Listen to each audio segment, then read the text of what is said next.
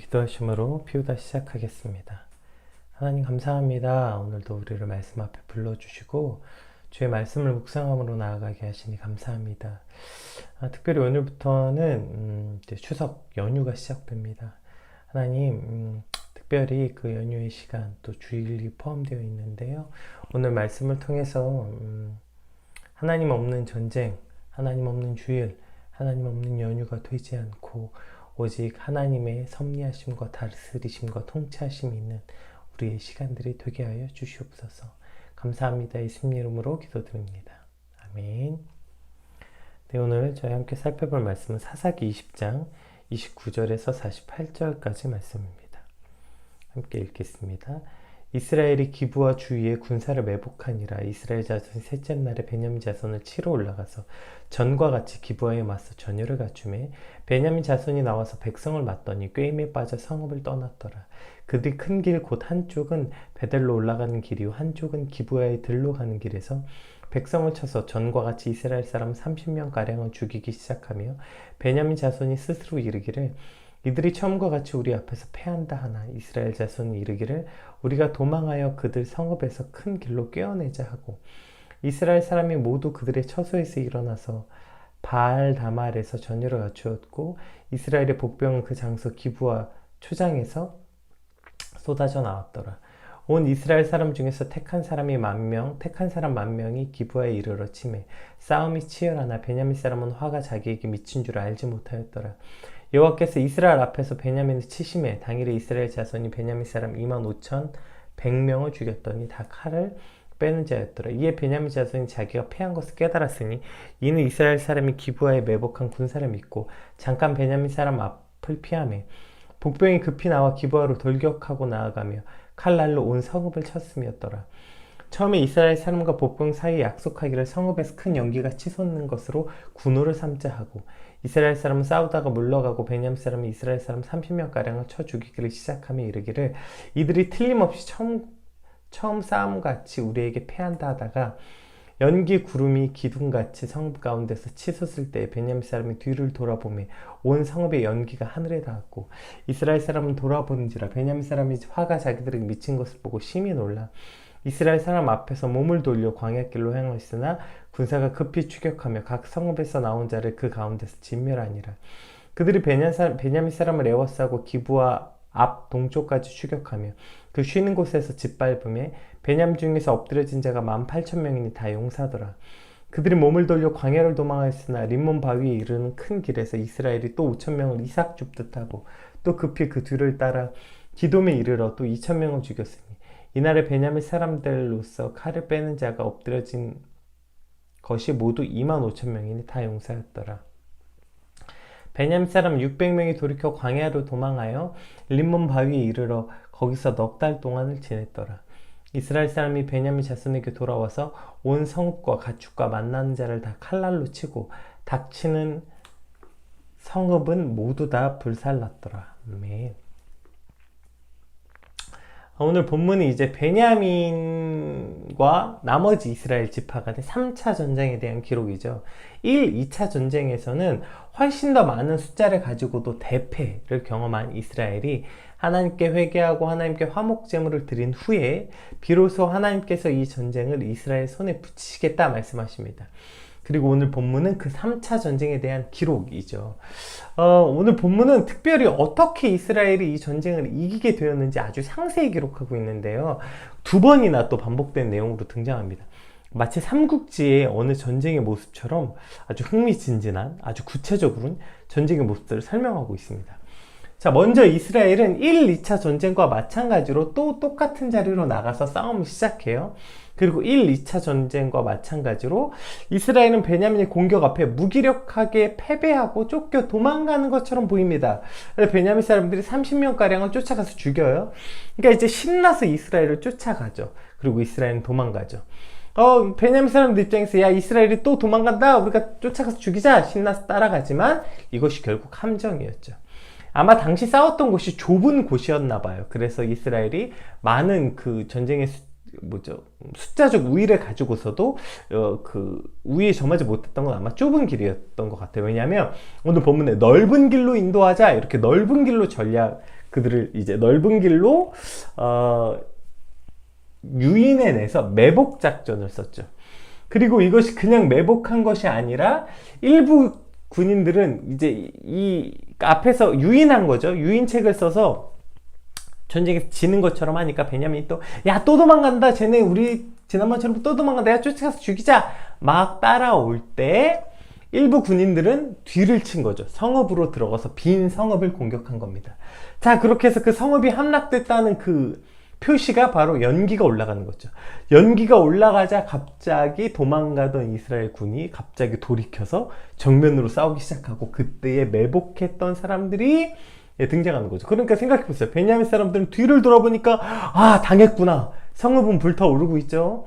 갑자기 매복된 사람들은 다 뛰쳐나와서 막 사방에서 공격당하는 그러한 지금 베냐민의 상황이 오늘 본문에 이제 아주 구체적으로 이스라엘이 어떠한 전략을 삼아서 이겼는지, 베냐민은 어떠한 전략이 당해서 지금 이 전쟁에 지고 있는지 거의 완벽한 작전이었죠.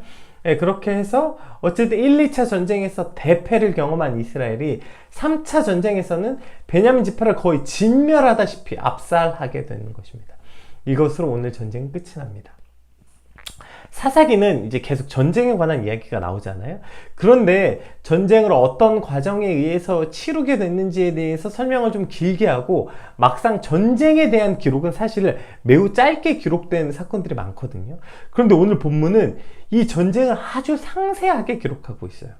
이는 아마 이 전쟁을 통해서 우리에게 주시고자 하는 교훈이 있기 때문이겠죠.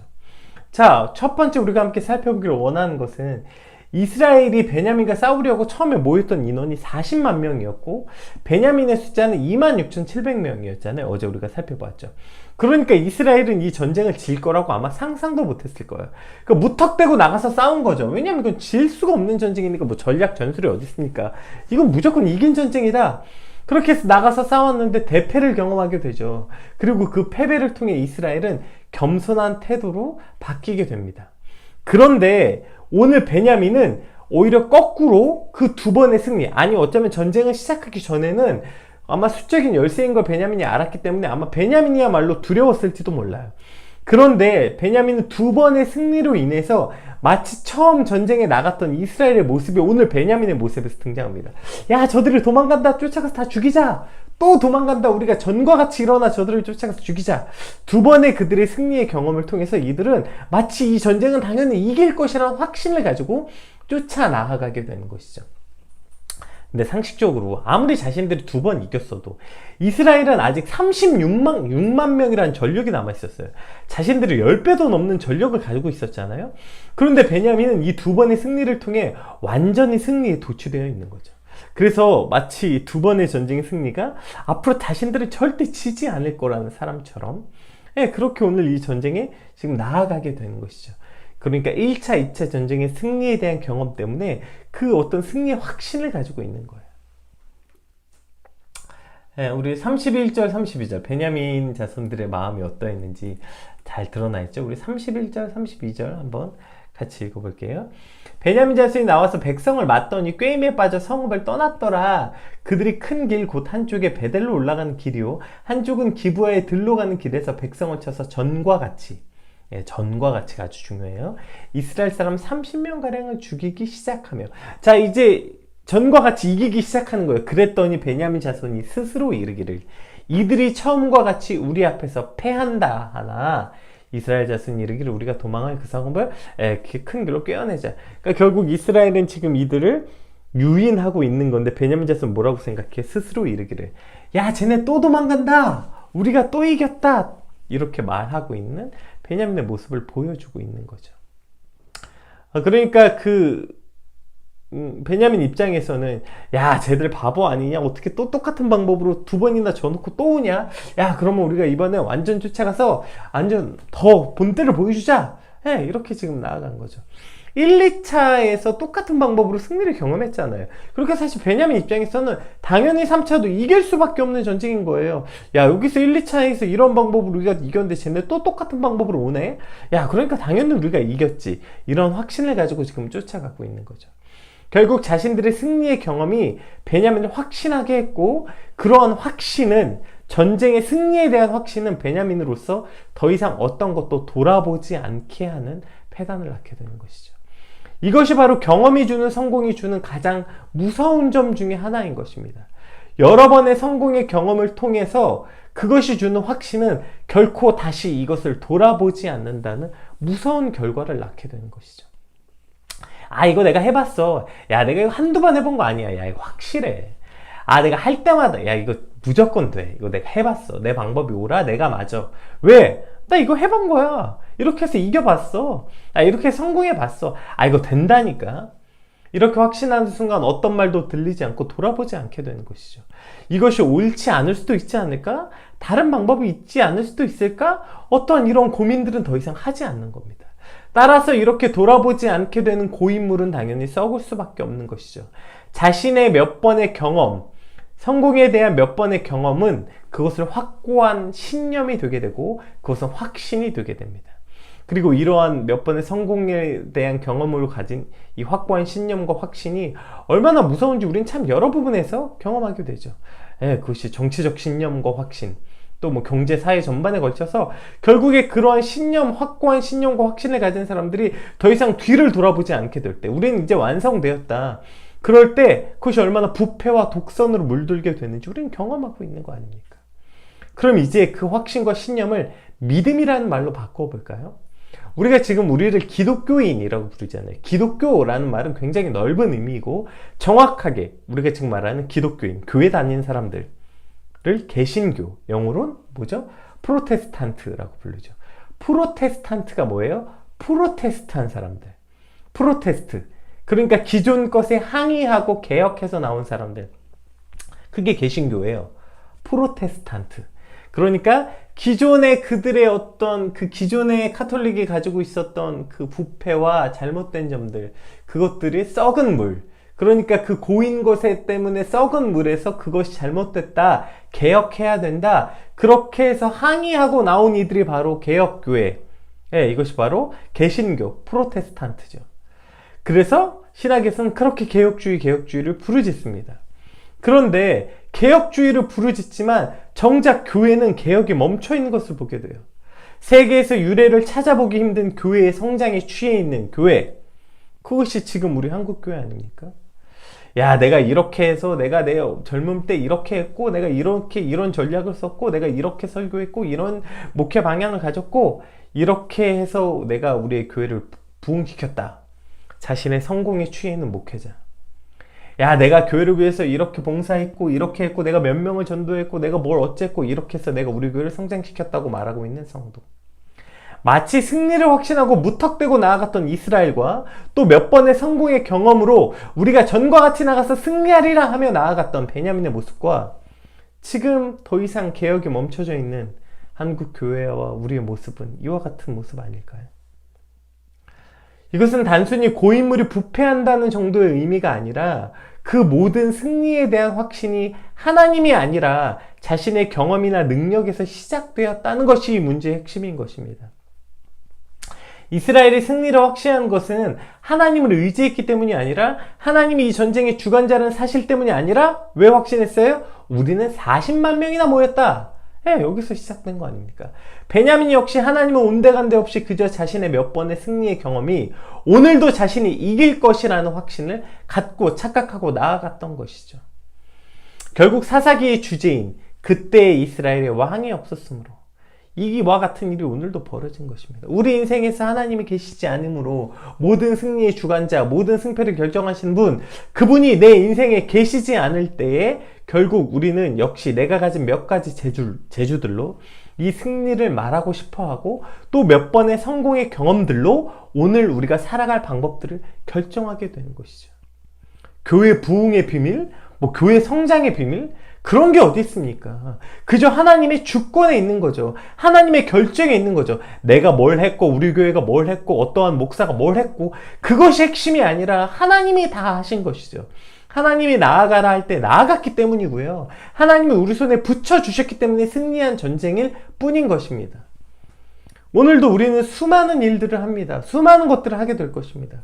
그러나 내가 무엇을 했는지가 아니라 오히려 나는 아무것도 안 하더라도 하나님이 하신 일에 집중하는 주말, 그러한 연휴가 되길 소망하며, 더 나아가서 내가 아무것도 하지 않는 것이 아니라 내가 온 힘을 다해 무언가 했다 하더라도 오직 하나님이 하신 일에만 온 생각과 마음을 두는 저와 여러분의 삶이 되시길 주님으로 축복합니다. 또 오늘 본문을 통해서 우리가 한 가지 살펴보길 원하는 것은 이스라엘도 베냐민도 지금 이 전쟁이 하나님께 묻고 하나님의 명령에 의해서 시작된 전쟁이 아니라는 것. 그건 이스라엘도 마찬가지고 베냐민도 마찬가지예요.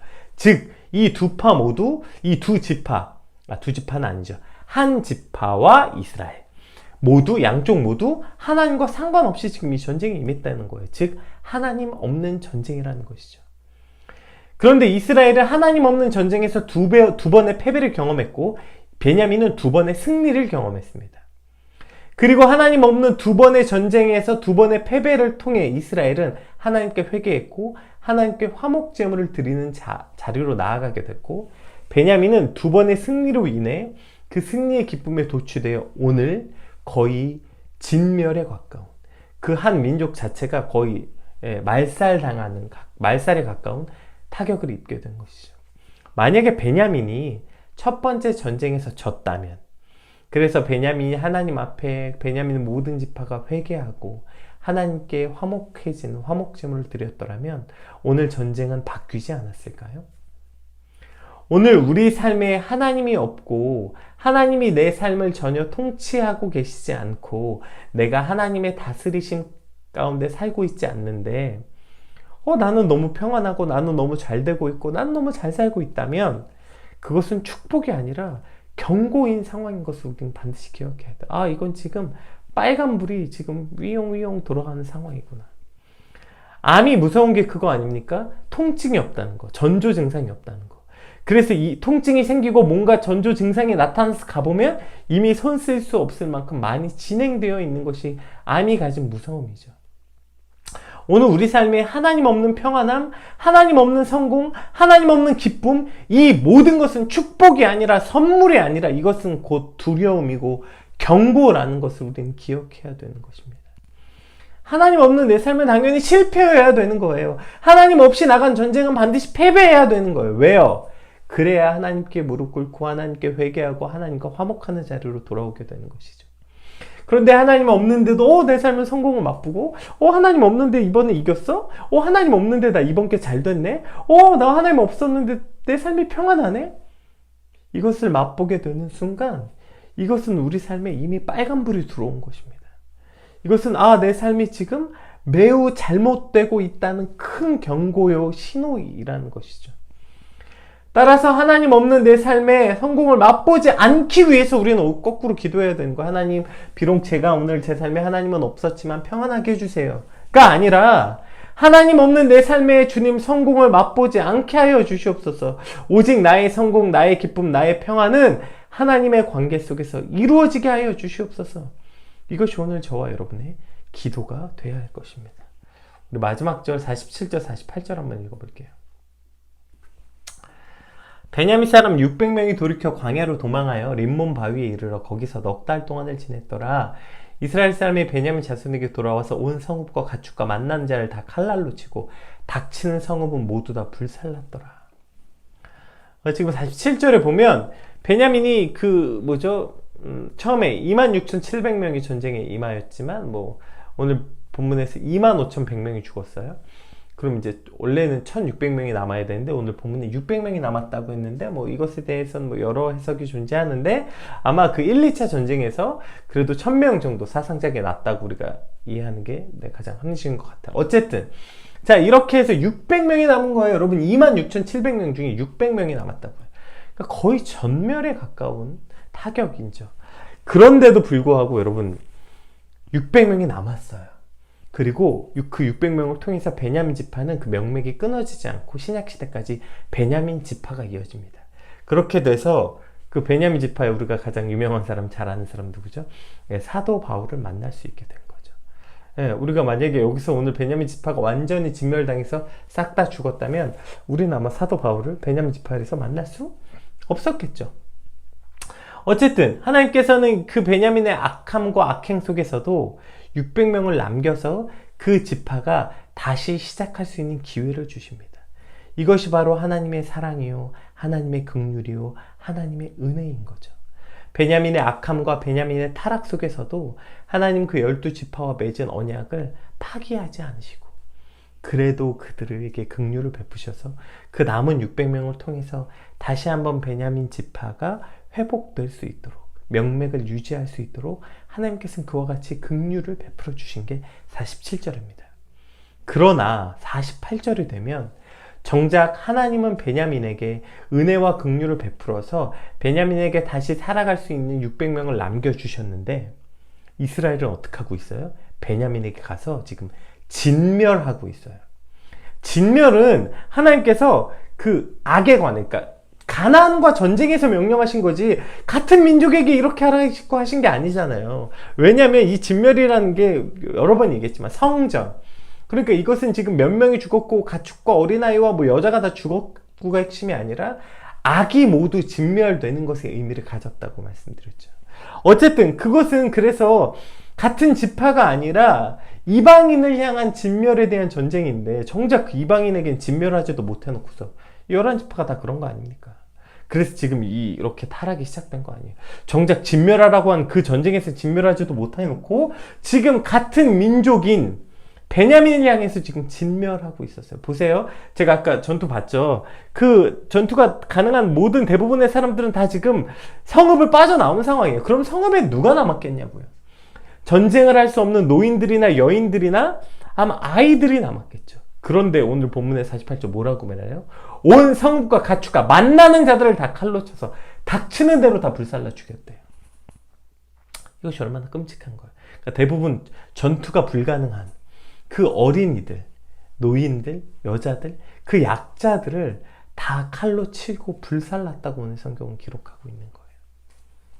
이것은 또 다시 이스라엘이 또 전쟁을 승리하니까, 살만하니까, 이긴 것 같으니까 하나님의 마음과 하나님과 상관없이 자신의 감정과 복수로 이와 같은 악을 저지르고 있는 이스라엘을 또 보게 되는 겁니다.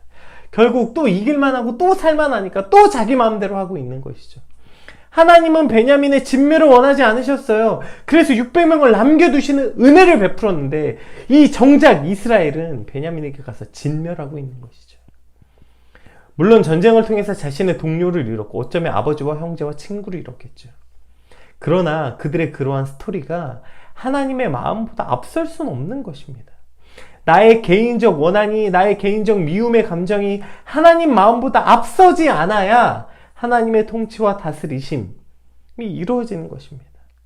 결국 하나님의 통치와 다스리심은 나의 마음과 감정의 영역에서까지 이루어져야 하는 것이죠. 하나님 나의 구주이십니다. 하나님 나의 통치자이십니다. 하나님은 나의 하나님이십니다. 하나님 my Lord, 하나님 나의 구주이십니다. 라고 말할 때 하나님의 통치와 다스리심은 그냥 뭐 비단 나의 삶을 좌지우지하는 것뿐 아니라 나의 감정과 나의 마음에서도 이루어져야 된다는 것입니다. 용서가 어떻게 용서가 되는 거예요? 하나님이 그를 용서하셨기 때문에 나도 용서할 뿐이죠. 내가 무슨 마음이 굉장히 넓은 사람이라서 내가 뭐 이해력이 굉장히 뛰어나고 포용력이 넓은 사람에서 누굴 용서합니까? 아니요. 그 용서의 기준 역시 하나님이어야 하는 것입니다.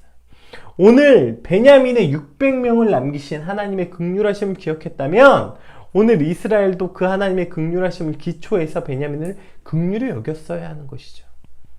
그런데 이스라엘이 말하는 거야. 아니요, 우리도 많이 죽었어요. 아니요, 저도 그 전쟁터에서 우리 아버지가 죽었고요. 내 아들이 죽었어요. 그런데 제가 어떻게 저 나쁜 놈들을 가만둡니까? 저 나쁜 놈들은 싹을 말려야 돼요. 다시는 아주 일어나지 못하도록 짓밟아야 돼요. 라고 지금 나아가서 베냐민의 모든 성읍에 만나는 자들을 다 칼날로 치고 불살르고 있는 것이죠. 이는 다시 하나님이 없는 전쟁이 되고야만 것입니다. 이스라엘은 하나님이 없는 전쟁으로 시작했다가 다시 그 패배를 통해서 하나님께 나아갔습니다. 그러나 오늘 다시 이 승리를 통해서 다시 하나님이 없는 전쟁이 되고야만 것입니다. 오늘 이제 특별히 추석 연휴가 시작되잖아요. 우리가 여러 많은 사람들을 만나게 되고 또 가족들을 만나게 되겠죠. 아마 때로는 불편하고 보고 싶지 않은 환경의 사람들을 볼 수도 있겠죠. 아마 과거에 그 사람이 여러분에게 해를 끼쳤거나 여러분에게 싫은 소리를 했을 수도 있겠어요. 어쩌면 상식적으로도 그 사람은 절대 용서할 수 없는 사람일 수도 있어요. 그러나 우리가 하나님의 백성이라면 하나님의 통치와 다스리심은 나의 과거의 경험과 나의 감정과 나의 생각보다 하나님의 마음이 앞서야 되는 것입니다. 하나님의 생각과 하나님의 다스리심이 나의 감정에서도 나의 그 모든 경험을 뛰어넘어서도 하나님의 통치하심과 다스리심이 있어야 되는 것입니다. 이제 추석 명절이 시작되는 그 모든 연휴 가운데 하나님, 이 나의 모든 전쟁이 하나님 없는 전쟁이 되지 않게 하여 주시옵소서. 하나님 없는 전쟁이 무슨 내가 뭘 해서 뭘 했네, 이걸 했네, 저걸 했네가 아니라, 그래서 하나님 있는 전쟁, 하나님이 행하신 전쟁, 하나님이 승리의 주관자 되신 전쟁이 되게 하시며, 또 그 전쟁의 몇 번의 그 성공의 경험을 통해서 마치 내가 뭘 했다는 착각을 벗어나고, 또 오히려 하나님 없는 전쟁은 승리가 아니라 우리가 패배를 소망하고, 하나님 없이는 주님 내게 승리도 없게 하여 주시옵소서 간구하는 시간들이 되며, 또 그 하나님의 모든 전쟁이 하나님의 마음과 부합하게, 그래서 하나님의 통치와 다스리심이 나의 감정과 생각의 영역에서도 이루어지게 하여 주시옵소서. 우리 같이 받은 말씀 놓고 함께 같이 기도하겠습니다. 기도합시다.